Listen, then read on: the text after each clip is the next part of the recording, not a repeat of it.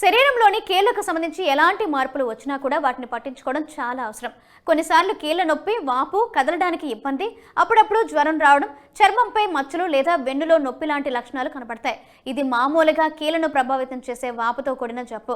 ఇది వయసు, జీవనశైలి, శరీరంలోని శక్తివంతమైన స్పందనల ఆధారంగా వస్తుంది. ఈ జబ్బుతో బాధపడేవారు తమ రోజువారీ ఆహారంలో కొన్ని ప్రత్యేకమైన ఆహార పదార్థాలను చేర్చుకోవడం ద్వారా ఉపశమనం పొందవచ్చు.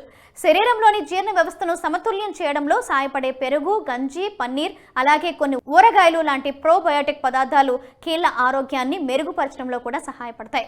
ఇవి శరీరంలోని వాపును తగ్గిస్తాయి. పాలకూర, మునగాకు లాంటి ఆకుకూరల్లో విటమిన్లు, ఖనిజాలు, యాంటీ ఆక్సిడెంట్లు చాలా ఉంటాయి.